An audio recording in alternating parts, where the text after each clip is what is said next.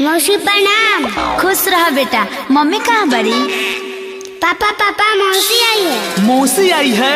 अरे होली में आके बड़ा अच्छा काम कैलू। तो आप इतना खुश कहला हो रहे हैं? अरे साली है मेरी। होली बेटा होली है, सारा रारा होली है।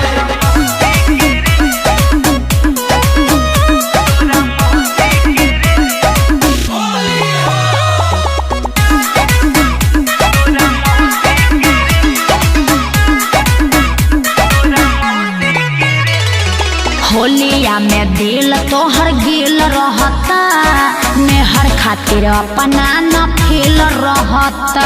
क्या तू फालतू बोलते रहती हो? होलिया में दिल तोहर गिल रहता, मेहर खातिर अपना न फील रहता। हे पापा आप मम्मी साथ ठीक नहीं कर रहे हैं। हाँ तो देखो ना तुम्हारी मम्मी कैसे बोल रही है। आपका नजर मम्मी पे कहाँ है? आप तो मौसी के चक्कर में हैं। अरे बोलेगा जादे? सही तो बोल रहा है। बेटा मम्मी तोहर बोले झौसी के रे। अच्छा? बेटा मम्मी तोहर बोले झौसी के रे। रंग होली में लगाइब तोरा मौसी के रे। रंग फागुन में लगाई तोरा मौसी के रे। हाँ ठीक बा, लेकिन ज्यादा बौराई के जरूरत नहीं है। सुन ले।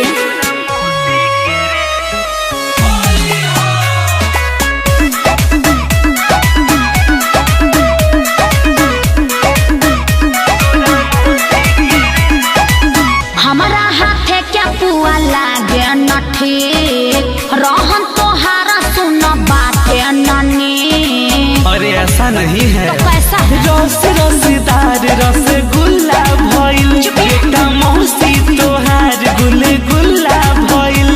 देखिए पापा आप गुंडा गुंडा बात नहीं कीजिए, आपका नियत खराब हो रहा है। ए छोटकी ते जो अंदर। ये साली जी सुनिए। काची साली साली कहले बानी जी। बेटा देख फेरू भोला तारी कौची के रे।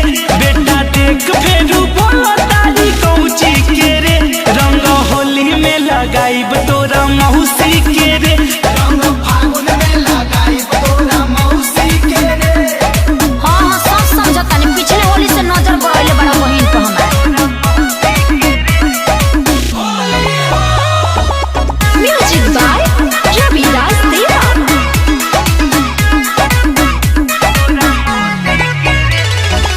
जब जब आवे होली खेला करो, ठीक नहीं मोनू वाला बेला करो।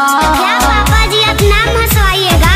बेटा तोहर मम्मी देखावेली भाव।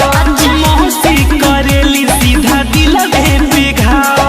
आप नहीं ना सुधरिएगा, मुझे अब बहन को ही भेजना पड़ेगा ना। हाँ मम्मी भेज दो मौसी को। पापा गुंडा हो गए। जो पहले मम्मी के जाके नजर उतार। ए चुप रही।